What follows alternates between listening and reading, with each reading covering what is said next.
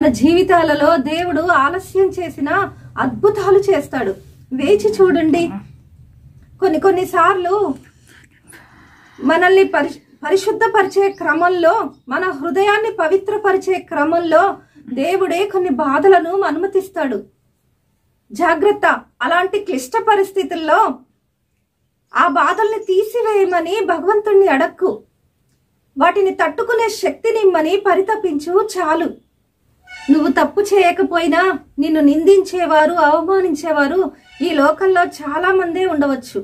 కానీ నువ్వు దేవుని ఎదుట నిందారహితుడిగా ఉన్నట్లయితే ఆ దేవుని యొక్క కృప నిన్ను ఆదరిస్తుంది, ఓదారుస్తుంది, ధైర్యపరుస్తుంది.